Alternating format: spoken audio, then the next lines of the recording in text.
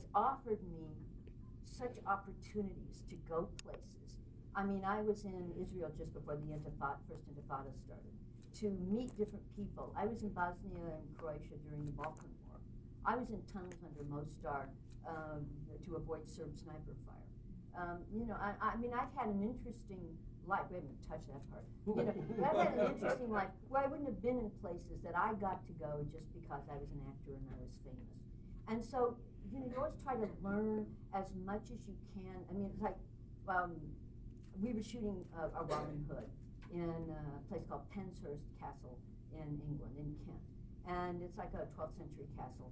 And you know, so I'm scouting it out on a day before I start shooting and sort of just wandering around, and I see this portrait on the wall. So one of the dotes is going around with me, and I say, oh, it says Earl of Leicester. Is this the first Earl of Leicester that was, you know, boyfriend of Elizabeth I? And he says, Americans never know this. He says, yes, she gave him this castle. And so, oh, well, you must see the private tour. You know, so yeah, it's just like that. If you know something, when I'm in Bosnia, and Croatia, you know, you're talking to people, and as soon as they hear that you know who the leaders are, you know their names on all three sides, you kind of know what the issues are, you know what the religious differences are, and then they'll always say, but Morgan, do you know the Battle of Kosovo? And I'll say, yes, honey, 1389, Battle of Kosovo. The Serbs lost, but it was a glorious loss. Remember the Alamo. Morgan, you're okay. You know, and then you get, you know, so, I mean, I get these, like, nobody else wants to go do it, but I'm in the tunnels under Mostar, you know, I get to go. We were talking about Peter. I got to be friends with Peter Galbraith, who was the ambassador to Croatia at the time, and so when we moved over to Bosnia, anyway, but when we were still in Croatia, I kept saying, Peter, I have a lot of days off. You know, if you have some things I could go do, I'd really love to go see what's going on. So he calls one day and he says, I'm going over to the no man's zone today, near Krajina, which was Serb-held Croatia. And because there's a meeting of generals and stuff. And then, if you want to go with me, then we can go over to some of the refugee camps and take food to the refugee camps and stuff. So I said, great. So we go, and we get over there, and we're in a village. A European village. I mean, really a village. And it's, you know, all the houses have tile roofs, and it's empty. And it's kind of real just crossroads kind of thing. Everything's bullet-ridden, everything's blown up. It's April, the gardens are coming back, so the roses are starting to bloom, the iris is coming up, the daffodils, the tulips, but the houses are gutted and blown up. And so it's this no man's land where they can have a meeting. And so Galbraith goes off to meet with the generals and stuff, and I've got this press coming in. Aren't you Morgan Fairchild? What are you doing here? You know, blah, blah, blah. So then there's this Polish UN guy comes over and says, you know, Captain here's like, aren't you Morgan Fairchild? What are you doing here? And I said, well, I'm here with Galbraith. And I was like, oh, we're big fans in my country. They take a picture of me. So I'm saying, sure. So I take pictures with him. And I always take a lot of pictures. And so I'm taking pictures of all these bombed up buildings. And to get in there, we'd come through the Croatian checkpoint. And they've got the big anti-tank devices, which look like jacks, like ball and jacks when you're a kid that are 8 feet tall. Those are anti-tank devices. So we've come through there, and now now we're getting close to the Serb one with their stuff, and they've got tanks there aimed at us.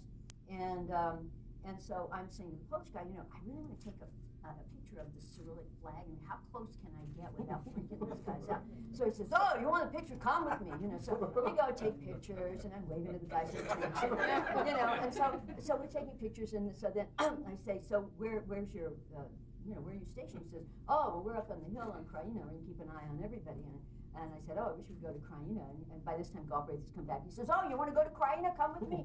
Galbraith says, you never invite me to go over to Krajina. He says, you're not wearing a miniskirt.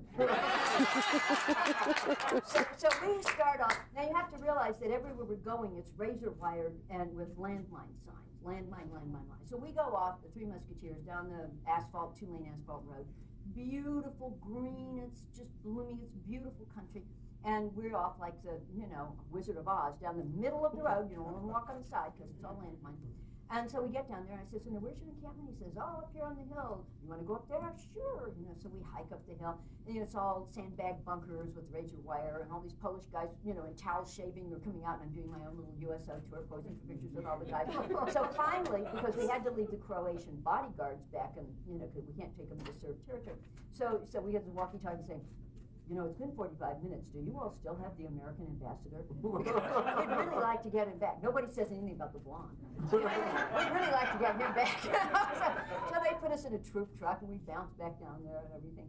But, you know, it's just, I'm very grateful for all the things that I got to do. I mean, even one time when I was doing Paper Dolls, I was doing one of the series for Len Goldberg, and it's about the fashion industry, and we were shooting a pilot, 2-hour movie pilot, and I was all excited because they were going to have at the Museum of National History the first time all the major pre-human fossils were together. The Tongue baby, Lucy, all of these famous fossils were going to be together in one exhibit.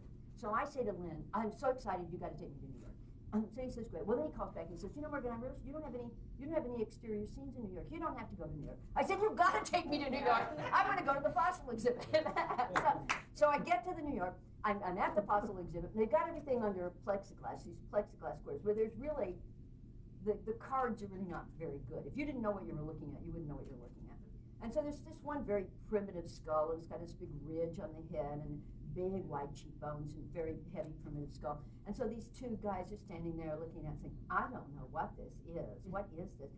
You know, and so I don't know what that thing is on its head. What is that? And I said, well, that's called a sagittal crest, and it goes over the top of the head because it's a primitive skull. You can tell by the jawbones and the dentition, it's a grinder. And so all these muscles go through those very wide cheekbones, go up there, and they attach on the top of the sagittal crest to give it force and grinding.